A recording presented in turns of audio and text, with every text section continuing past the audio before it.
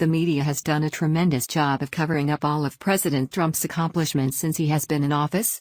Despite their efforts, the truth is still as clear as day. President Trump has managed to fulfill one of his core campaign promises.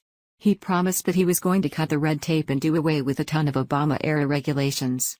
He has managed to destroy some of the job-killing regulations put in place by Obama, according to the Washington Examiner. This is a big win for the American people. Trump's administration has managed to keep its one and two out policy. In other words, for every new policy administered, two are thrown out. The result of this move has saved Americans $645 million. Plus, this system will save the American people another $600 million over a short period of time.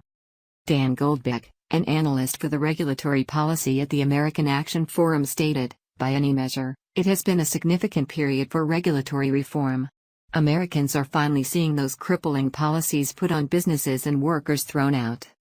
GOP members in Washington have been in a complete frenzy over regulatory cutting. They have been leading the way for cutting out harmful regulation through the Congressional Review Act. Furthermore, President Trump also signed a new executive order, dubbed Executive Order 13,771.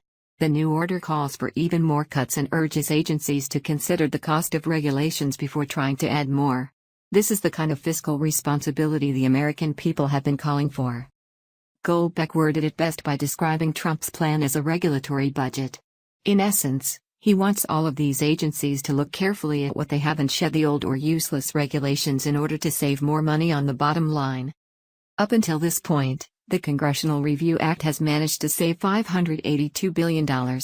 Trump's actions have also managed to save around $145 million.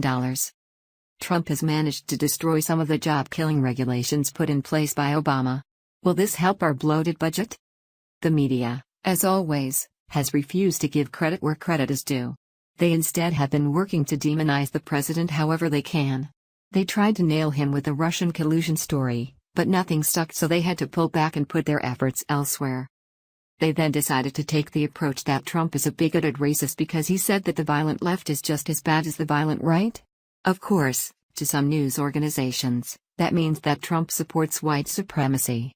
We all know that is not the case, especially considering the fact that he went out of his way to sign an executive order that would significantly help black universities across the nation. Now, the left is running on fumes and doesn't have much to say. This might explain why they have turned their attention to Hillary Clinton and her new book.